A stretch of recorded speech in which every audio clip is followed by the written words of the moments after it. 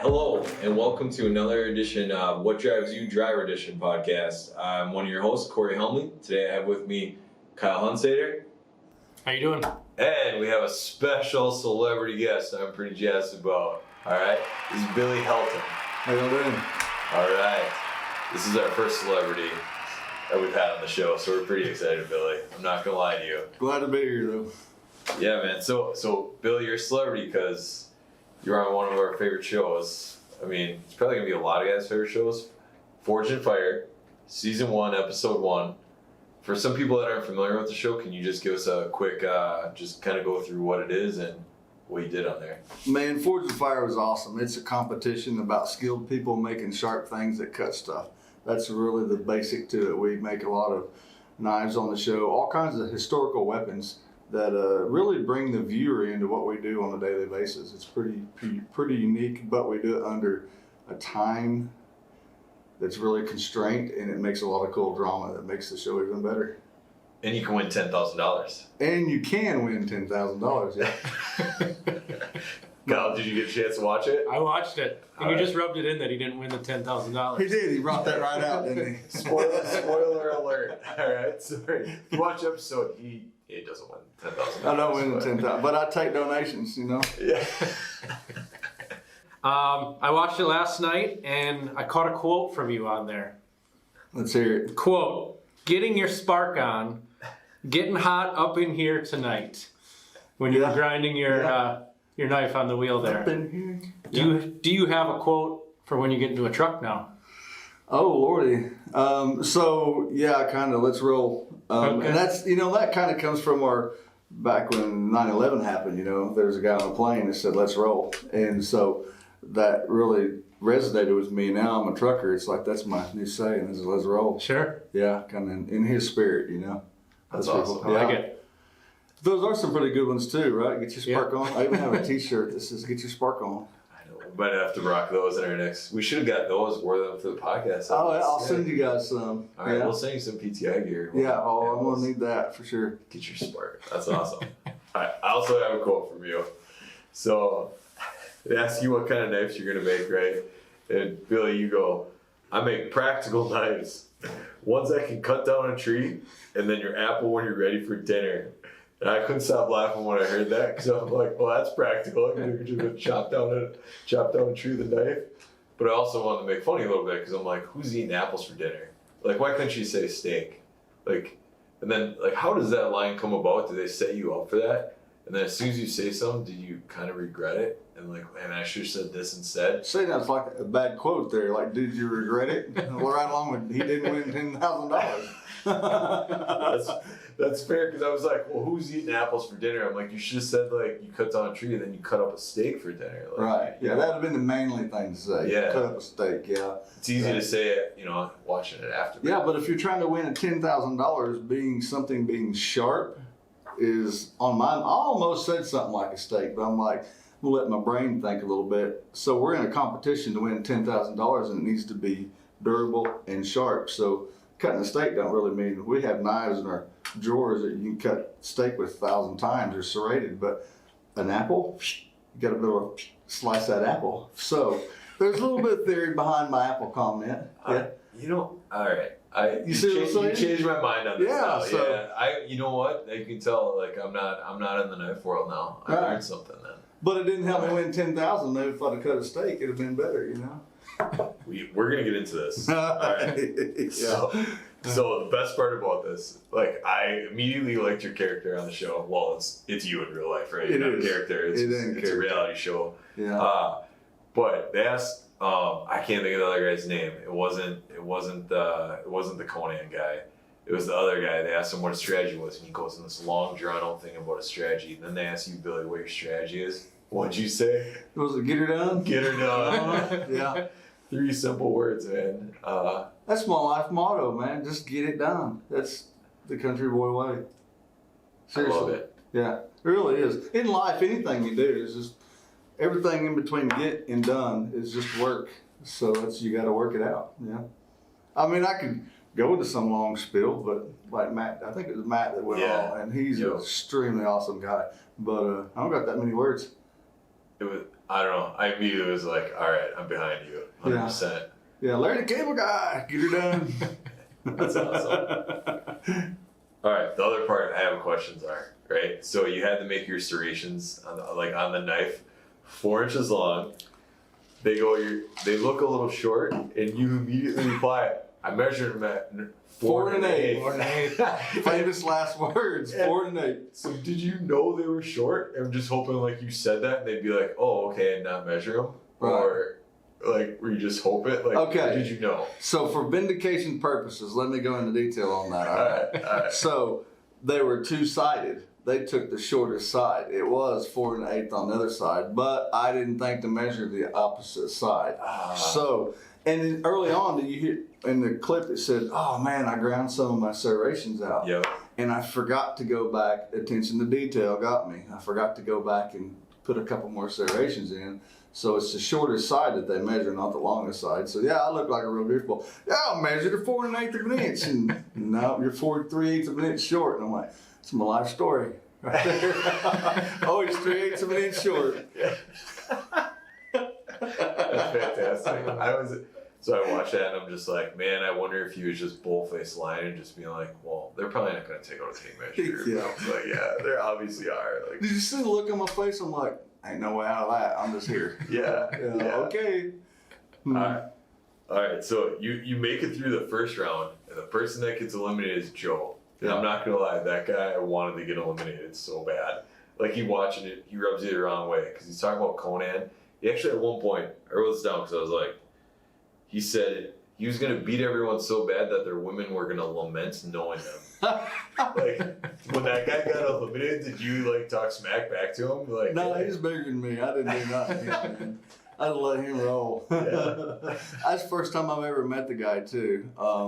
It's really, but honestly, it's kind of one of them things. I think we're just knife makers. We've never been in front of him. You just say things that you never, like my twofer. Who says twofer on the show, you know? Yeah. And so he's really a good guy. And he actually became a truck driver. He actually quit knife making, kind of like I'm doing, and became a truck driver. So we actually talk quite often. Not quite often, once a year. We check in with each other. Oh, man. There's no mention of Conan, I can assure you that.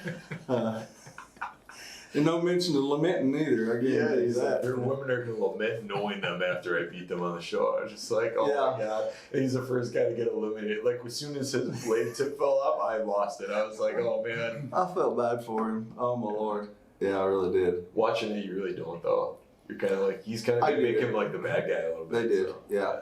Yeah, and you know, you just say stuff you don't really think about when you've got a million people watching this show, too. Yeah, it's pretty nerve-wracking. I can't imagine. Did you get the same angst coming on this podcast with us? Just a hair under. I did wake up in the middle of the night thinking about, I got a podcast with Corey and Kyle tomorrow, but I went right back to sleep. I mean, it was not that. Yeah, and we did get 88 views on our last one. So. Did you? I can say whatever I want to say on this program, can't I? Yeah. Very true. Yeah. All right. Last one on the show. All right. So your handle looked amazing.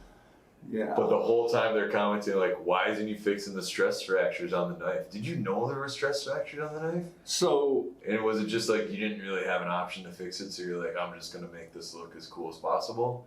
Or what happened with There's that? technically not a way to fix those. Okay. But, and later on asked Jay several months down the road, like, what the heck was I supposed to do with that? He's like, nothing. But they're under some guidelines too, like fix it. But really, the only thing you could have done is weld it, right? Well, that takes all the temper out of the blade, the hardness and everything, and it would have made more cracks. So there's really not a whole lot you can do. So being on the first show in the first season, we had no idea what to expect. It was they didn't either. So I wouldn't have thought that I could take a welder and weld it up, because our normal thought process is you made a good knife to compete with. Well, obviously, once those cracks were there, that was not a good knife to compete with. So it was just one of them things. I didn't know what to do. They don't give you no instructions or anything like that. I didn't know they was over there jaw jacking and running about cracks and all that stuff. I'm like, look at my handle, and they're all, look at them cracks, you know. So yeah, there wasn't a whole lot you could do. But so watching the test afterwards, when they usually do a barrel test, they go in and jab it like you would normally if you was stabbing a person. You want to make as much. So that blade would have actually passed. I like how you say normally, like one stabbing a person. Yeah, that's a normal stabbing a person routine. I'm from Oklahoma, man. That's how that happens down there. But because it was so new of a show, I want this to note Billy has not stabbed people. nor will he be carrying any weapons in our trucks, right? Yeah, That's what disclaimer. But they had no idea. They didn't even have a name for the show when we were there. Okay. So that's how new it was. So later on, as you see season 2 and 3, man, they brutalized these blades. Well, for the show purposes, they didn't do that because they really didn't have a structure to follow or anything like that. They didn't want it breaking and maybe flying over and knocking my tooth out or something like that. So, right. Yeah, you think it would have passed the thrust test? It would have if they would have done it. It wouldn't have survived a side-to-side action, but it would have. That's all they did is went straight in. So, yeah, Jay really wanted to do it. He argued with them behind the scenes, and he came out and he's like that. Oh man.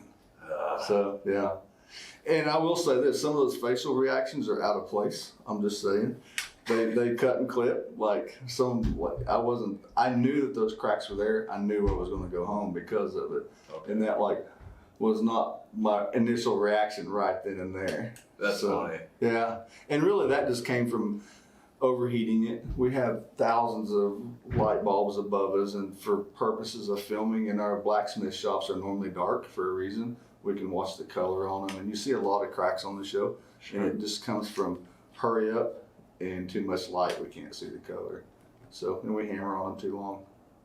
That makes sense. It does. Yeah, cost me $10,000. No kidding. 48 after taxes. Oh, that's all. Yeah, that's what I hear. No, I don't know that for sure. I just hear it through the grapevine. Yeah, crazy. Yeah. I do have one more question on the show, so I lied. Okay. They say at the end they're like, surrender your knife. Do you actually have to give them the knife, or do you actually get to keep it? We do not get to keep them. What? Yeah. That's so lame. Their idea is you made it with their material on their time, blah, blah, blah. So, and I guess there's a liability for them. Nobody gets to keep them except for nowadays, like the last 3 seasons, the runner-up, when they go home to their shop, they get to keep it. Not the winner. The winner doesn't get to keep it. But the guy the second loser, whatever you want to call him, gets to keep it. So one of the guys I trained made it farther than me, and I hear about it every time he texts me. Yeah, it'll be like I'll ask him something, or he'll ask me something. He's, oh wait a minute, I went farther on the show. You should be asking me, you know. But yeah, so he got to keep. He made a gladiator hand thing, and he got to keep it. And so I just told him, so well, they want you to know you lost. You know, you're a loser, so let's keep your losing thing. I'm trying to figure it out in my head, but I'm like, man, a lot of the stuff that the guys make on the show, you could probably sell no one had been on the show for more than $4,800. Yes, and I think that's one reason they don't let us do it too. There's got to be a cool box of a lot of cool stuff. Yeah, they got like a hallway somewhere with everyone's stuff. Yeah. Do you still watch the show now? You know, I don't. I've only seen about 4 or 5 episodes. Okay. Only my friends. I don't know. It's just one of them things. Truckers probably don't watch truck driving shows, you know. I think they do. Do they really? Yeah. Well, I would be willing to bet. Huh. All right. Put in the comments for our 100-some viewers here. Do actual drivers watch other shows about driving? Like Ice Road Truckers? Yeah. Yeah. See, I watch Ice Road Truckers all the time, but I'm not a trucker. So I will be. You are now, man. Yeah. Well, true. I'm on my way. Yeah. Going to get a lot more than $10,000 out of the deal, too, I can assure you. Yeah. Mm-hmm. Yeah, so that's all the goof up questions, right? No. Yeah. Yeah. So the next thing I just want to talk about is what brought you to try out transportation, and more importantly, I guess, like, how'd you find PTI, and you know, what stuck out? Why'd you first apply to PTI, and why trucking? So for me, initially, trucking is something I've always wanted to do. I've always wanted to experience that, and I've been in knife making for 20-something years now, and it's kind of gotten dull, if you want to say. And so I'm looking for a new adventure in my life, honestly, and a new career. And so I just decided I wanted to do trucking. My dad was a trucker at one time, so that's what I decided. So I went to school, and we met a lot of recruiters in school. They would come to us all the time, and so I quickly was being discouraged about who I was seeing in the pool to work for. And mention no names, anything like that, but I really, coming from a community that's really tight of knife makers, it was really hard to start hearing all these promises that that weren't true. So I really just decided to slow down and take my time and honestly Google. I just started Googling people that accepted new drivers, and if it was mainstream big company names, I threw them out because I figured I really needed to get to a little bit smaller community. And I did, and what stuck out to me the most was the driver evaluation thing on when you first apply. There's 100 questions. Yep. And I got through with that, and I thought, that ain't gonna hire me. I know, I just felt like I didn't answer those questions right, And so the next day, I got an email that said, hey, you can call me on Monday or Tuesday. Well, this was on a Saturday when I filled it out, and it was Memorial Day Monday, and I get a phone call. We had a big tornado at my house, and I was out helping neighbors clean, and I see this Green Bay, Wisconsin number. I thought, this looks like that place that I applied for. So I picked it up on Memorial Day, and it was Lynn. Yeah. And so I go down to get in my truck and talk to her for probably an hour and a half. And really, when I hung up that phone, I pretty much knew if they hired me, I was going to come to work here. It really felt, Lynn made it really feel like it was a community just like I was leaving.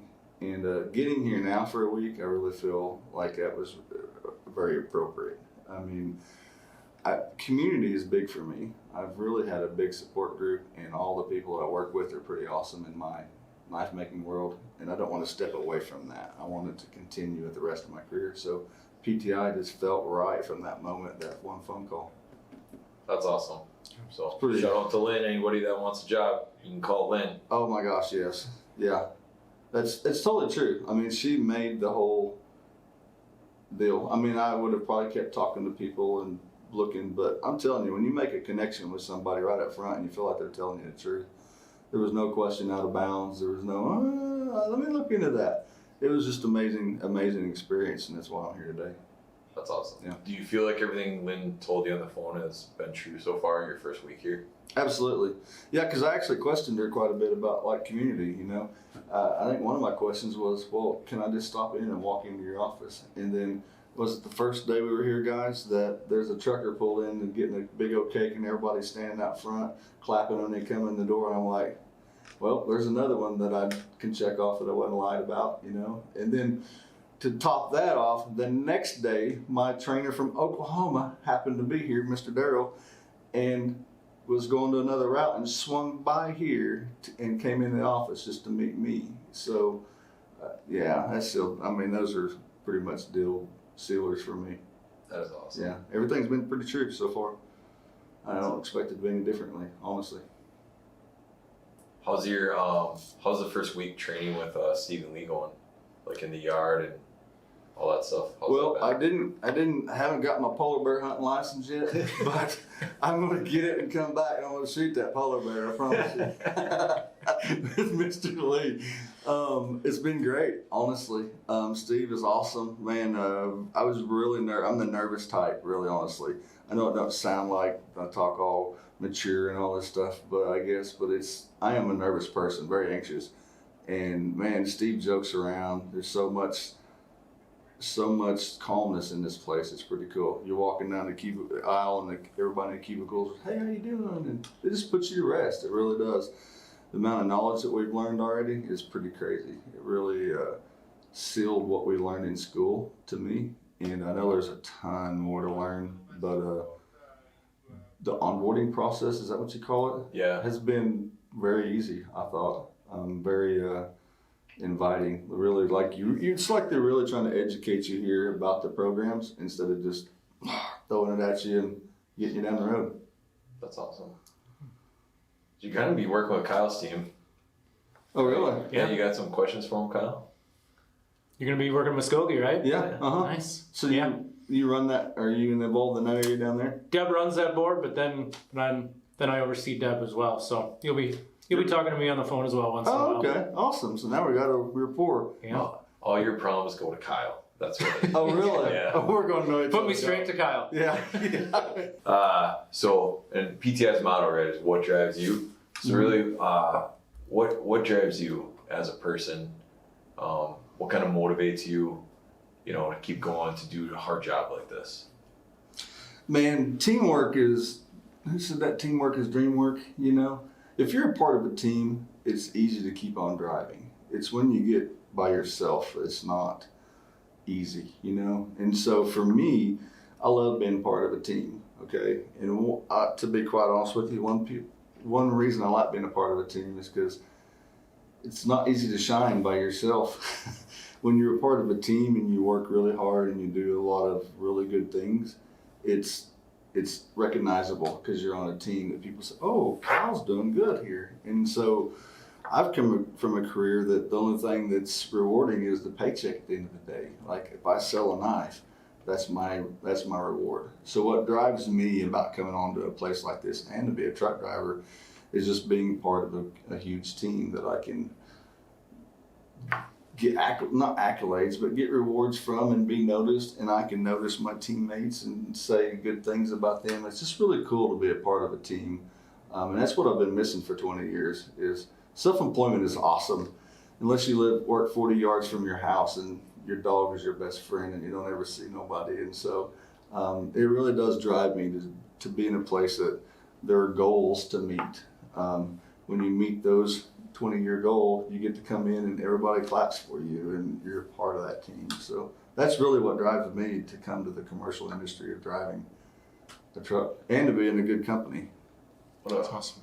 Fantastic answer. If you want to be part of the PTI team, visit our website, drive4pti.com, and you can join the team. Yeah. With Billy here, celebrity.